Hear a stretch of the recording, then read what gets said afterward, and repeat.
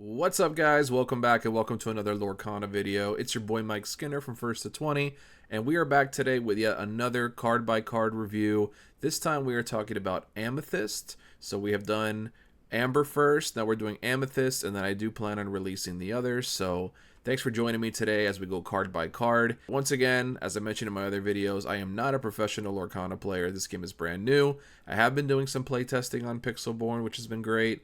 But I am by far not an expert in this game, and there might be cards that I think are not great that you think are the best card in the game, and that's okay. That's what it's all about, deck building, debating, creating, and learning. And yeah, so I'm going to go ahead and give you my opinion on the cards so far. And Amethyst is a really cool color. It specializes in drawing cards, which is really great. And it has some really good control aspects. Many different control decks are playing this color. So I really enjoy it, and let's just jump right in. So first off, we have Olaf, which is a 1-drop that does produce ink if you are to use him for that, which is great. And Olaf is a friendly snowman. He does not have any ability. He does produce 1 lore, which is great. And he is a 1/3. So that's kind of like the main appeal to playing Olaf, I think. He does manage to take a little extra damage for a 1-drop, which usually 1-drops usually do about 2 damage each. So all in all, I think Olaf's a pretty solid card. Traditional 1-drop, nothing super special, but I do think it's playable.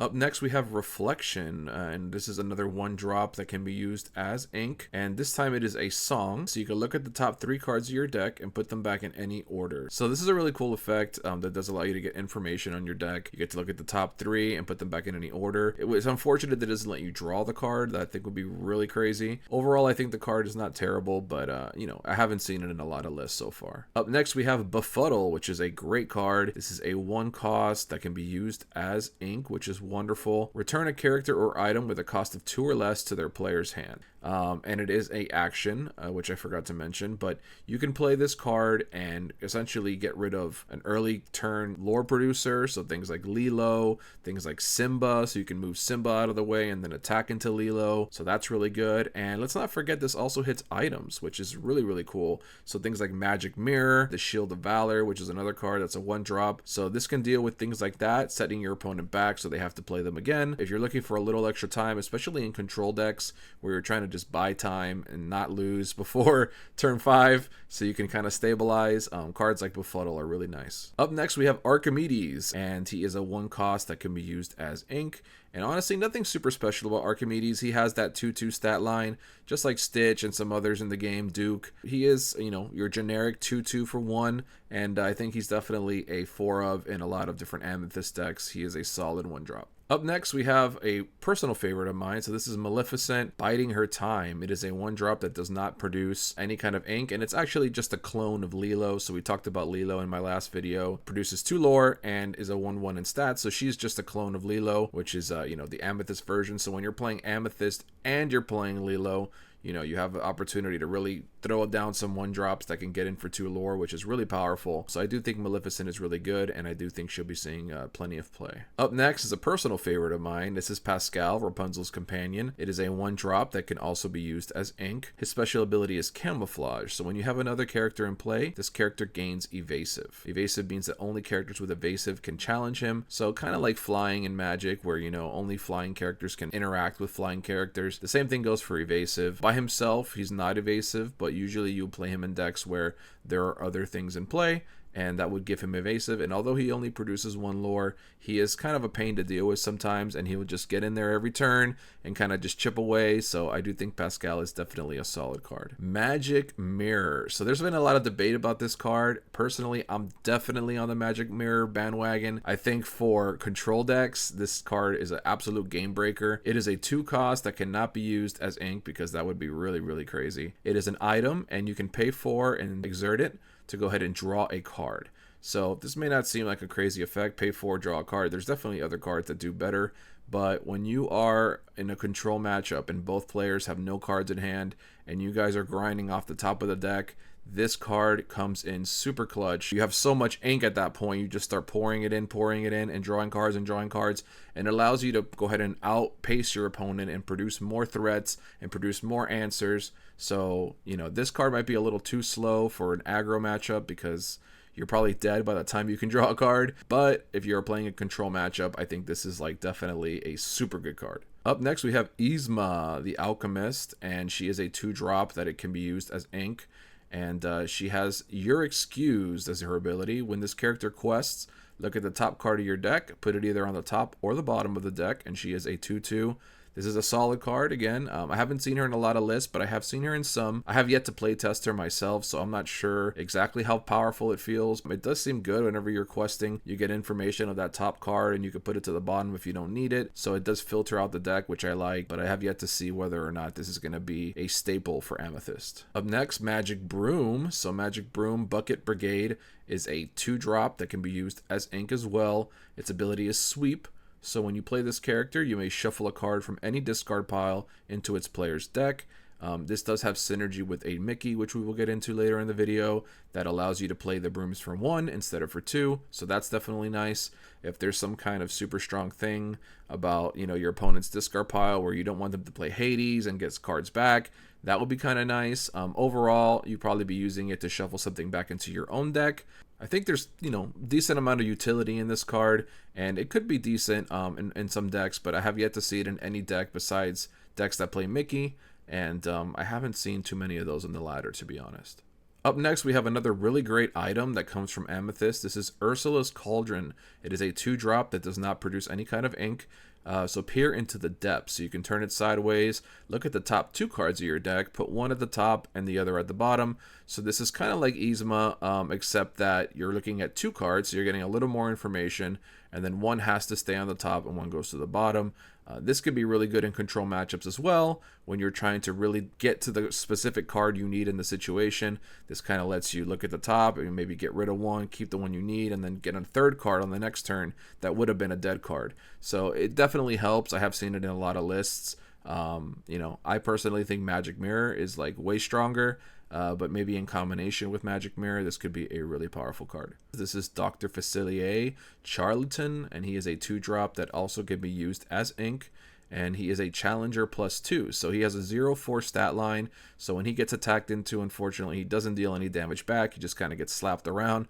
But when he goes into attack mode, he does get that +2 attack, which is really nice with this 4 defense. There's lots of different things that he can attack into and deal with without actually dying himself, which is really nice. And bonus perk to having Dr. Facilier in the deck would be if you're playing the 7-drop, which we will get into later, which can actually shift into him. So this is an early drop Dr. Facilier. You can kind of use him to clear the board, and then late game kind of turn him into a bomb. So overall, this card has been seeing a lot of play. I've been using it myself, and I've been really enjoying my time. Up next, we have Freeze, which is an action for 2, cannot be used as ink. Exert chosen opposing character. So as you'll see later in the video, all of the Elsa effects pretty much have to do with exerting an opponent's character. It's an action, so, it's just a one-time thing, and I haven't seen any decks playing this, and maybe in the future we'll see more of this card. I don't know, depending on the meta shakes up. But right now, I haven't seen really any decks playing Freeze, unless it's like a tech card that you're playing for a specific matchup. Up next, we have the Wardrobe, and this is Belle's Confidant, and she is a 3-drop that can be used as ink, which is great. It's nothing, going on in the abilities, but they are a 3/4, and 3/4s can attack into a lot of stuff and deal with 3/3s and not die. Also does produce 1 lore, so honestly, this is just a beat stick, and I can see this card being decent in limited, being that there are a lot of powerful 3-drops with 3 defense, so she can actually kill them and not die. So that's really nice, but overall, not really constructed worthy.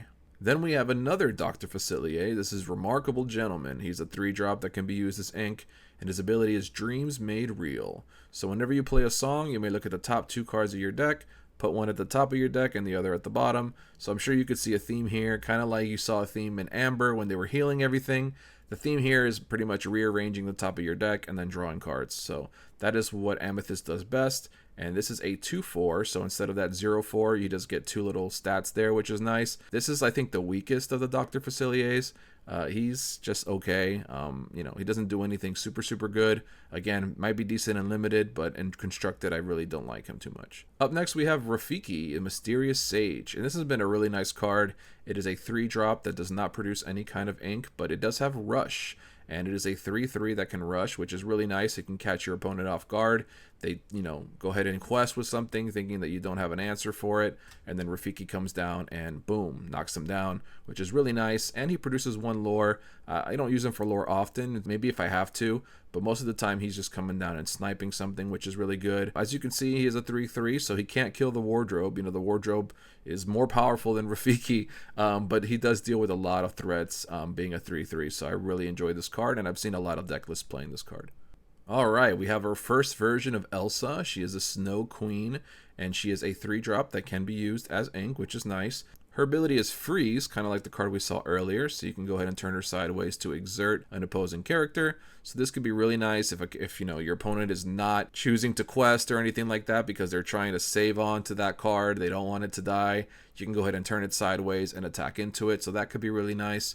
Unfortunately, there are cards with Ward that are really strong in the game that cannot be targeted by Elsa, so there is a little bit of that drawback. She can't interact with those cards, but most cards she can go ahead and interact with, and she is definitely a solid card, especially in combination with cards like Shield of Valor, which is a Ruby card that allows you to go ahead and ready her, so you can use her, lock something down, then go ahead and ready her, and then use her again, which is really nice. So she's definitely cool, and she does have a big bad, one of my favorite cards in the game, version of her that she can be shifted into. So this is definitely a good card to have on the board because you can always surprise your opponent with something huge, which we'll get into later. Up next, we have Friends on the Other Side. So this is a 3-drop, and it can be used as ink, which I rarely use as ink because this card is very good. It is a song, so you can go ahead and use a character with a cost of 3 or more to go ahead and play this spell for free. And it is draw 2 cards. Very straightforward.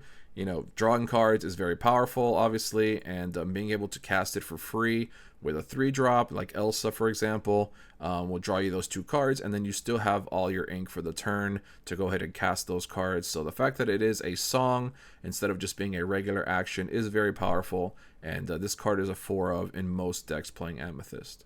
Maleficent. This is Sorceress, and she does have a couple different versions as well, but this one is really, really nice. This is a 3-drop that can be used as ink as well, and Cast My Spell is her ability. When you play this character, you may draw a card.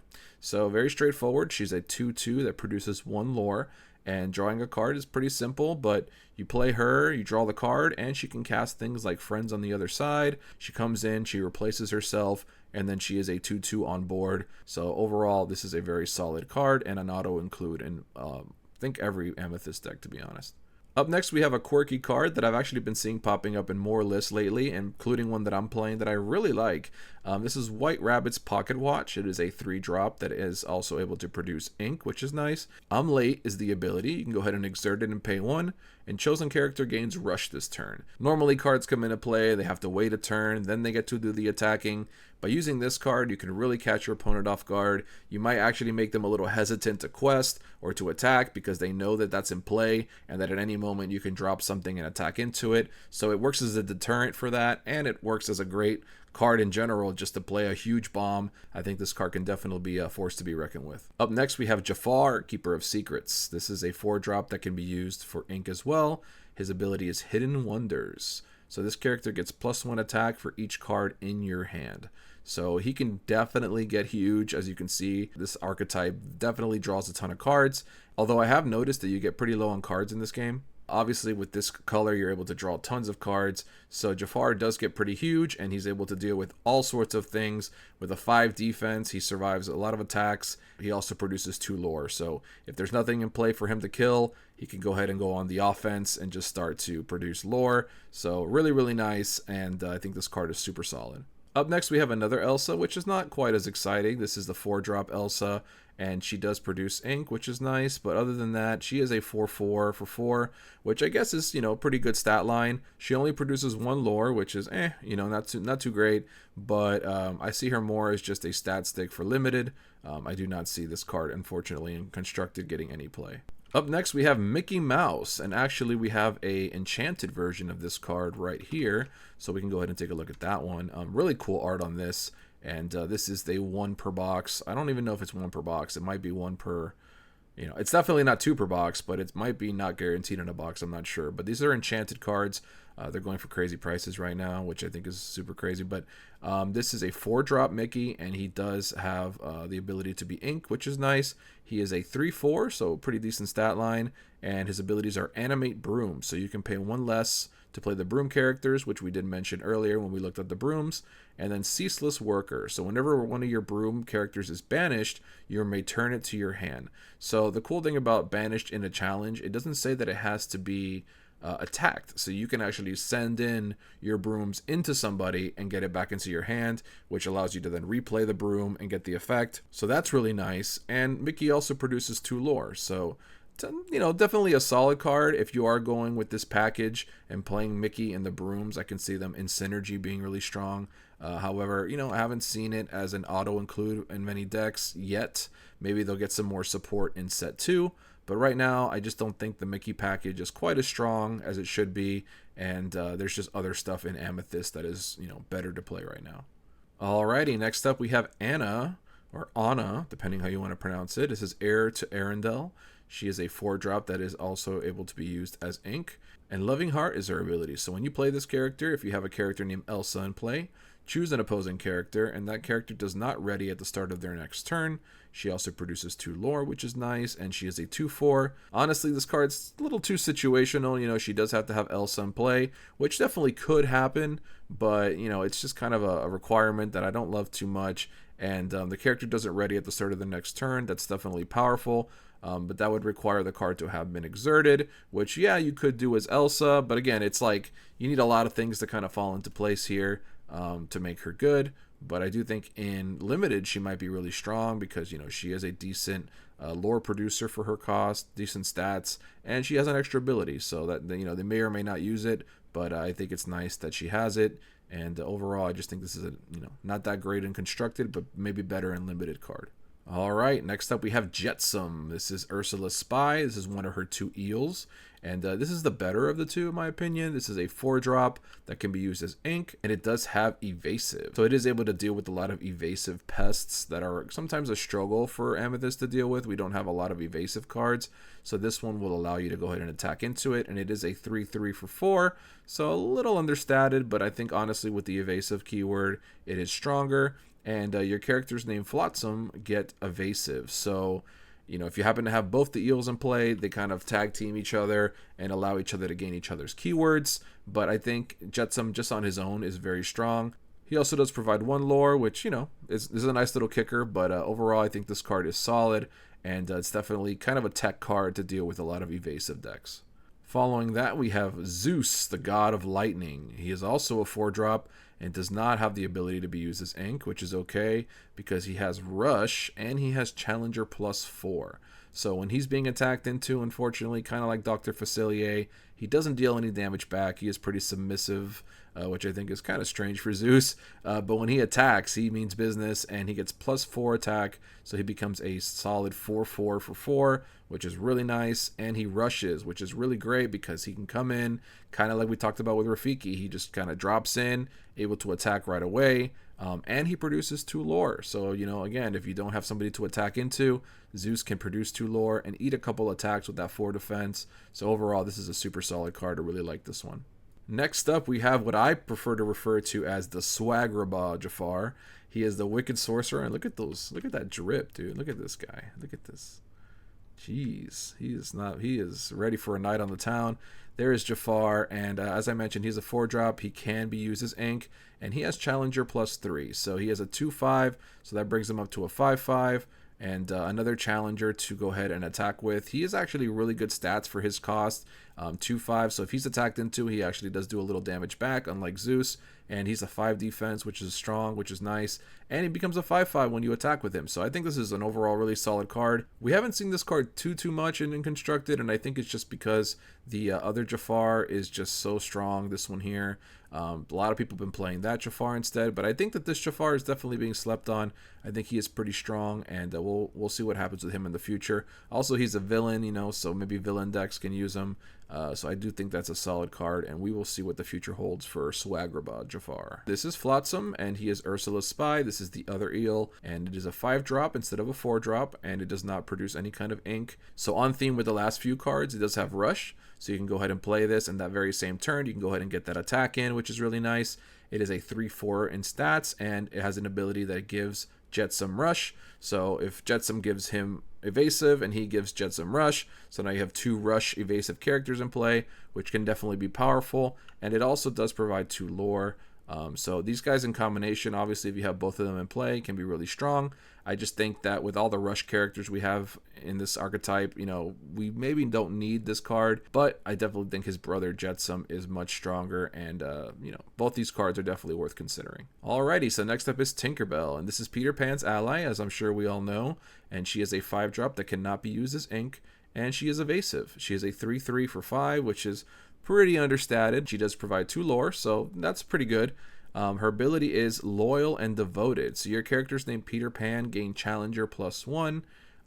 This could be decent, but unfortunately I don't see a lot of play from Peter Pan right now. Maybe in the future, if there's some kind of Peter Pan deck, you know, Tinkerbell could be a shoo-in. Again, a lot of these cards don't look that great right now because we're just limited with our selection, but I can definitely see with more cards coming out in the future, a lot of these cards will get their chance to shine. But right now I just don't think Tinkerbell is worth it.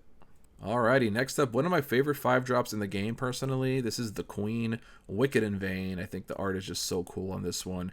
And her ability is I Summon Thee. So you can go ahead and exert her to draw a card. So really nice, you don't have to pay any tolls. It's not like Magic Mirror where you have to pay 4 to draw the card. Here, you just go ahead and exert her and draw that card, which is just a beautiful effect. She does have 5 defense, which makes it nice, so when you do draw a card, she can't be just blown up right away. Usually it takes a couple attacks into her. She only produces 1 lore because, you know, she does enough already in my opinion. But this is a very, very solid card. I've seen it in tons of control decks, and I definitely think it will be in constructed plenty. Okie dokie, so we're getting to the 6-drops now. We have Marshmallow, and not to be confused with the music artist, this is a different Marshmallow. So Persistent Guardian, this is a 6-drop that cannot be used as ink, and it is durable. So when this character is banished in a challenge, you may return this card to your hand. So if this guy gets attacked into, or if you attack into somebody else, he goes ahead and bounces right back into your hand to go ahead and be played again. So this can definitely be a huge bomb in Limited in my opinion. I don't think he's that good for Constructed, unfortunately. He is a little on the weak side for that. But in Limited, he can definitely be very, very strong. By the way, I haven't mentioned it, but Limited, for those of you who are wondering, why does he keep saying Limited? It's kind of like a Magic terminology for drafting or for sealed events. So Constructed would be building your own deck and having it ready to go. Limited would be building your deck on the spot with different formats. So that's what I mean when I refer to Limited, just in case you're not sure what that means. But yeah, I definitely think he's strong in draft. He is a bomb for 6, 5/5. He can kill most things. And every time he does die, he's coming back. So I think this is a really strong card for that, but not, unfortunately, for Constructed. Up next, we have my boy Sven, and really cool art on this one. He is the official Ice Deliverer, so he's got a very important job. And he is a 6-drop that also can be used as ink. And unfortunately, no ability for Sven, but he does have really nice stats. 5/7 is a nice stat line. He only produces 1 lore, so, you know, he's more of an attacker and defender there. Maybe in the future, there is a card that boosts all your non-text cards. You know, maybe that's a thing in the future. So you never know. But as of right now, I think that Sven is unfortunately just not that good unless you're playing him in Limited. So now we're getting to the real bombs of this color. This is Dr. Facilier, Agent Provocateur. All right, I'm not from New Orleans. I'm sorry, guys. Provocateur. All right, so he is a 7-drop. He cannot be used as ink, which I understand. He is a shift 5, so you can go ahead and play him on top of one of the earlier Dr. Faciliers that we talked about for only 5 cost instead of 7, which is super crazy. He has a really strong ability, which is Into the Shadows. So whenever one of your other characters is banished in a challenge, you may return that card to your hand. So if he dies, he does unfortunately go to the discard pile, but if something else dies, they go into your hand instead, which is very powerful when you have cards that come into play and draw cards, come into play and take things out of your opponent's discard pile. So this card is definitely a force to be reckoned with and can definitely be a game changer if you're able to slam this guy down and then just send all your guys into your opponent's guys, get all your guys back while your opponent's characters go into the discard pile. So very strong there. And he also produces 3 lore. So once you go ahead and clear that board up, you start turning them sideways and farming that lore. I really, really like this card. And I think it's very, very strong and going to be in a lot of decks. So this next one, there's been a lot of debate about this card. So this is Ursula Power Hungry. And she is a 7-drop that cannot be used as ink. And her ability is It's Too Easy. So when you play this character, each opponent loses 1 lore. You may draw a card for each 1 lore lost this way. She produces 3 lore, which is really great. She is a 2-8 stat line. So this is the first time that we're seeing any 8 stat line. We've seen Sven with 7, but this is 8. So Ursula has a huge butt, and she cannot be taken out easily. So a lot of the debate here seems to be whether or not losing 1 lore for your opponent to draw 1 card is worth it for 7 cost. But I seem to think so. I've been playing a lot with this card, and I know there's been some discussion on Twitter about this, or X, whatever you want to call it. And I think she's overall good enough. She's able to start putting your opponent on the clock on a late game, producing that 3 lore. If your opponent tries to attack into her, she's not going down without a fight. And the fact that you just get to pull a lore and draw a card means that she replaces herself, which I think is just good enough. You know, I don't think it's this crazy back-breaking card, but I do think that it's good enough to play. And obviously, if you're playing her in a format where you're playing against multiple opponents, because Lorcana does allow you to have games where you can play multiplayer, I think there she's very good, obviously, because each opponent loses a lore and you draw a card for each one. So there you could be drawing 2, 3, 4 cards, and in that situation, she is bananas. But in a regular one-on-one game, I think she's good enough. And I think she's going to be in a lot of different decks, to be honest. All right, last but not least, my number 1 favorite card, probably in the game right now. And it does fluctuate depending on the day, but right now it's definitely this one. This is Elsa, Spirit of Winter. So she has an 8-drop bomb, which is huge, obviously super endgame, and she cannot be used as ink. And she does shift for 6, which is really crazy. So you can go ahead and play her 2 turns earlier if you play her on top of a previous Elsa. And then her ability is not just regular freeze. She's got a deep freeze. So you play this character, exert up to 2 characters, and then they cannot ready at the start of the next turn.